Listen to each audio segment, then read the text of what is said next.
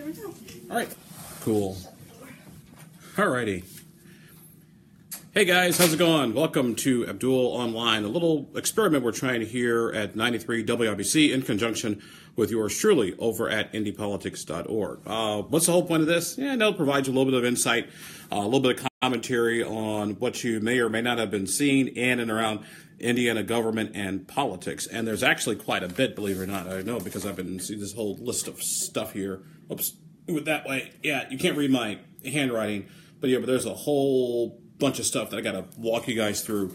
And by the way, if you got any questions or anything or comments, just go ahead and message me on Facebook right here at WI93 WIBC, and I'll be happy to answer your questions. Well, obviously it was a big week over in the Indiana legislature with Sunday sales, actually passing both houses separate bills that did exactly the same thing for alcohol sales on Sundays from 12 until 8, starting July 1, which ironically is a Sunday. And it was pretty much overwhelming, like 87-10 in the House, like 39-10 over in the Indiana Senate.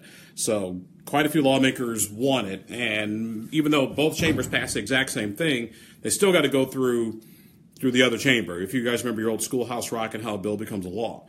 So on that part of the conversation, we're still going to have to get all that figured out and squared away, but more likely I more likely think is going to pass. I'm still playing with my iPad here, so there we go. All right, that looks much better. I think so too. So you got Sunday sales look like it's going to go through, and the governor said he would sign it if it got to his desk. He told us that actually just about an hour ago at a news conference over at the State House. CBD oil getting actually a lot of play and actually being expanded. Because one of the old rules, if you had to get CBD oil, you had to be a kid with epilepsy on the registry. There have been at least like 9 or 10 bills dealing with CBD oil and industrial hemp, and they all expand who is able to get it, who is able to use it. And it looks like the only catch is it may have to be like a registry and some labeling, but otherwise that's about it. I really do think that's more likely going to go through. Also, speaking of medical marijuana, for those of you who, like me, are big fans of medicinal marijuana, there's going to be the House passed a bill that would call for a study committee to see what all the other 29 states have done with respect to medical marijuana. And does it mean it's going to be medical marijuana in Indiana one day? I mean, I think it's inevitable, to be brutally honest with you. But what it does do, it shows a clear signal. By the way, a unanimous vote. There were no 0 votes against studying medical marijuana. Now, there's some people who are cynical who say, well, if they're just going to study it, what has anybody got to lose? But, I mean, that's a pretty friggin' deal. And think about this. Sunday sales, CBD oil, and the Summer Study Committee on Medical Marijuana. These are fundamental changes in the attitudes here in Indiana. I mean, I remember when it was just a fight to change the friggin' clocks back in 2005. That I remember was a big deal. But it shows that attitudes have changed for so long, or rather, Hoosiers' attitudes have changed on these issues, and lawmakers are finally starting to catch up. So, just some school for thought. This is Abdul, the weekend host here at 93 WIBC, and also the editor and publisher of IndiePolitics.org, and of course, your favorite Illinois attorney, as of next Friday, Indiana attorney, because it gets sworn in next Friday at the Indiana Supreme Court. Also, the good news is, or rather, not necessarily good news. Okay, there's Maddie. She's got a question. How does the 6th district congressional race look to you heading into the May primary? Well, it's funny. I'm glad you asked, because this week, some folks in the 6th district have both gone up on television. Greg Pence, who is the vice president's brother, who's running for his old seat, just launched a recent television ad, and Jonathan Lamb, he's a businessman up in Muncie, has also launched, I would say, his second television ad. So already, those two guys are starting to get up and running with their ads. Greg Pence is still the front runner, but because he's the vice president's brother, and he's also been involved in politics for quite a while, but there's still a little bit of kind of that Pence sort of backlash that's out there. There's another guy, I want to say his name is like Steve McKenzie. He's a former Air Force veteran. He's been trying to tap into some of that angst, some of that anxiety. So that's how that's looking right now. Speaking of politics, come to the big news this week. Sort of came from U.S. Senator Joe Donnelly. Not only was he part, of the Gang of 20 that helped break that, the gridlock or the government shutdown But he also announced a couple big announcements from his Democratic campaign, which is he's got Joe Biden coming to town to campaign for him next month. Democrats put that out yesterday. And his campaign finance folks just reported that he raised $1.3 million in the fourth quarter, which is October, November, December. And that's kind of a hard time to fundraise because who wants to give a politician money when you could, I don't know, maybe buy your kids Christmas presents? Just saying, which has him at $5.3 million in the bank for his reelection campaign, which, according to his folks, and I haven't seen anything to contradict this, this is not anything, this is like new territory, is what it is, and no one has ever raised this much money in Indiana so far. Now, the Rokita people took a couple swipes at Joe Donnelly, saying, well, of all the Democrats on the ballot, his, $5.4 million is the lowest cash on hand, and it's also the lowest of any amount raised. It's still a heck of a lot more than Todd Rokita and Luke Messer right now. But then again, we're also waiting for their reports to come in as well. You are watching Abdul Online here at the beautiful Emmis Building here at 93 WIBC. I'm Abdul, your weekend radio host, and also the editor and publisher of IndyPolitics.org. Just a little experiment we're doing on Fridays to see how many people watch, how many people care, kind of answering your questions about Indiana government and Indiana politics. A couple questions. I see Sam's got one. Will Biden sell him out too? I don't think so. I think Donnelly and Biden have known each other for a while, and they have a really good relationship. Billy Farnsworth asked, who brought the $15 minimum wage hike as a bill to the Senate? Are you talking U.S. Senate, Billy, or are you talking about state Senate? Because I can assure you, at the state level, there will not be an increase in the minimum wage. Because to be honest with you folks, there really doesn't need to be.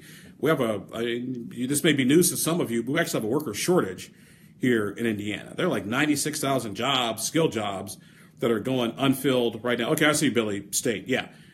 I can't remember who brought it, but I can tell you it ain't going to happen because, like I was just saying before you responded back, with the skilled work shortage that there is now in this state, I mean, if you're making minimum wage, then the problem is more than likely you. So, and wages are already kind of up. Matter of fact, I did a survey, not a survey, but I wrote a column not too long ago looking at the pay scales for different levels of education attainment, high school dropouts, associates, college degrees, whatever. Well, guess what? Turns out that a high school diploma gets you $3,000 to $5,000 more annually than if you raise the minimum wage to $15 an hour. So you can just graduate from high school, done what you were supposed to do, and you got a really good shot of making more than minimum wage. So, hey, there you go. I mean, my nieces, just like JT Hickman's saying right here, all four of his kids worked during high school and all made more than minimum wage. I mean, my niece, she's at Ohio State University now, but she was just working at Mike's Car Wash, and she was making more than minimum wage because she was competent and she knew exactly what she was doing. And that's why I'm always skeptical of the minimum wage increase arguments, because it's like, what is it really? No, we ought to be raising people's skill levels and skill sets so they can get some of the jobs, like Salesforce and Amazon HQ or HQ2 if that comes here, and Infosys, because that's where it is. I mean, ladies and gentlemen, believe it or not, we're actually at the point in Indiana right now where we have such a skilled worker shortage. I am not making this up. That there is a program that has been launched in Indiana's prisons, women's prison. It's a pilot program to teach women how to code and do informational technology. So when they get out of prison, guess what? They've got a skill set and they're ready to go to work. And because when inmates come out with jobs and with skills, they're less likely to reoffend, less likely to be back in prison, and less likely to be on our dime. What a novel concept. I know. Call me crazy. You're watching Abdul Online here on 93 WIBC's Facebook page. I'm Abdul, editor and publisher of IndyPolitics.org and weekend host here at 93 WIBC. Just taking a few moments this afternoon to answer some of your questions that you may have on Indiana government, Indiana politics. Just a little bit of an experiment that we're doing here at 93 WIBC. So if you got a question or a comment, just go ahead and do it at the bottom of the screen there, and we will get to it. I was talking about the U.S. Senate race just a few moments ago. Now, the Rokita people kind of took a swipe at Joe Donnelly and his fundraising numbers. Well, Joe Donnelly wasn't the only person that they took a swipe at. They also took a swipe at Luke Messer. Luke Messer, his campaign put out a news release today proposing what's called the Swamp Act, which basically means that if any federal agency was going to expand, they have to do it outside of D.C. Well, the Rokita people, because they're running against Luke Messer in the U.S. Senate primary, kind of took a couple shots at him, saying, no, this is kind of ballsy, and luckily this is Facebook, so I can say ballsy, for a guy who lives in the D.C. area with his family, going back to the whole thing about Luke Messer doesn't, quote, unquote, live in his district, but also saying this was originally proposed by an Ohio congressman, and Todd Rokita was a co-sponsor, so they're accusing Luke Messer of stealing in so many words. And what's today's date? January 26th? Yeah, it's January 26th. Just imagine what it's going to be like when we get closer to the primary in May. But like I said, for the most part, that is the most of what is going on here in the state of Indiana. One other thing with TV commercials, people have been asking about congressional districts. Greg Pence and John Lamb are up in the 6th, and Diego Morales, they just released a television ad, and they're up in the 4th. And by the way, they just put out campaign finance numbers showing they raised about $200,000 in the last quarter and have about $410,000 in the bank. No word yet from challenger Steve Braun or from Steve Baird. But we'll still be waiting, or Mike Baird, we'll be waiting to hear from them. So that, ladies and gentlemen, is pretty much in a nutshell what has been going on in Indiana government and politics. Be sure to listen to tomorrow afternoon's radio show at 93 WIBC. We're talking to Eric Berman, like I said, sort of recapping the legislature. Also, my good friend Dr. Matt Will, my colleague, because we both teach at the University of Indianapolis. He's an assistant professor of finance. I teach business law. We talked about, what does the Trump economy look like, issues of immigration. How does that impact the workforce? Because Dr. Will made a very salient point, which something I don't think people thought about. We have lots of jobs in this country going unfilled because Americans don't have the skill sets to fill them, number one. And number two, the baby boomers are retiring and we don't have enough people to come up after them. So guess what? Those folks coming across the border might be your only best hope to get these jobs filled. Because what's the point in creating 250,000 jobs if, and I repeat, if things go south? So we will talk about that tomorrow. Also, a bunch of residents are upset about the 65-70 split that is taking place, how NDOT wants to do that, so we'll hear from them.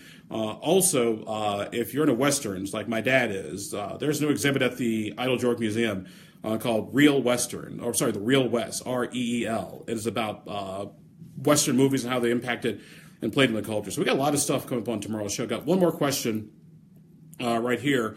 JT says, hey, Abdul, it seems like a battle will be between Rokita and Messer. With Indiana going so red in last election, do you think the battle, maybe just like a hashtag one-term Joe, would leave a door open, go the rest for a guy like Andy Horning? Well, first of all, Andy Horning's got to get on the ballot because signatures will be due in a few weeks, and you got to have at least 500 signatures of 500 registered voters in every congressional district, which means you need at least 1,000 because signatures are just the way they work. So you got to get on the ballot, number one. Number two, Joe Donnelly is not that disliked. I mean, Joe Donnelly's approval rate is about 44 or 45%. Means it's under 50, so it shows Joe's vulnerable. But there are a lot of people who like Joe Donnelly, particularly Republicans in the donut counties, who are not big fans of Donald Trump. Actually, Donald Trump underperformed in Hamilton County. I mean, he still beat Hillary Clinton, but he was, out of all the Republican candidates on the ballot, Donald Trump was actually the lowest vote getter on the ballot. And if Joe Donnelly can tap into that Hamilton County, Hendricks and Boone County discontent of those moderate suburban Republicans who do not like Donald Trump, I mean, you got to keep that in mind. Also, number two, something else to keep in mind is you had a lot of Democrats, the union guys, who voted for Donald Trump because they couldn't stand Hillary Clinton and Trump was going to bring their jobs back, like Carrier. That does not necessarily translate into people are going to vote for U.S. Senate candidates. So those are just a couple of things to keep in mind. But hey, folks, we had a good time, like I said, having this conversation. Don't want to keep you too long. Plus, Nikki Blaine's opens at 4 o'clock, and I want to make sure I got my seat ready. I'm just kidding. No, like I said, this has been something we're just going to do occasionally here on 93 WIBC on Fridays. See how it works. If you like it, shoot us a text message or leave a message here and let us know that is something that works for you. And if it totally sucks, we really don't care what you think. You guys take care. Have yourselves a great day. Be sure to tune in tomorrow, 1 o'clock, on the weekend edition of Abdul at Large here on 93 WIBC, or catch us at indypolitics.org. Bye-bye.